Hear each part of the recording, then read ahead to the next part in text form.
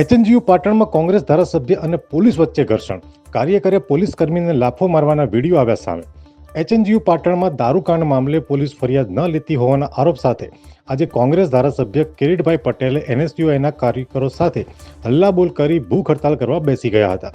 દરમિયાન વીસીની ચેમ્બરમાં જતા રોકવા પોલીસે તાળાબંધી કરી હતી, જે મામલે એક કાર્યકરે પોલીસ કર્મચારીને જ લાફો મારી દેતા વિડીયો હાલ સોશિયલ મીડિયામાં વાયરલ થઈ જવા પામ્યા છે. મામલો ઉગ્ર બનવા પામ્યો હતો અને શિક્ષણ મંત્રી તેમજ ગૃહમંત્રીને મળવાની પણ વાત કરી હતી. કાર્યવાહી નહીં થાય તો આગામી સમયમાં ગૃહ સચિવ અને રાજ્યના પોલીસ વડાની કચેરીમાં ભૂખ હડતાલ પર બેસીશું તેવી ચીમકી પણ ઉચ્ચારવામાં આવી છે. Bureau report, Patan.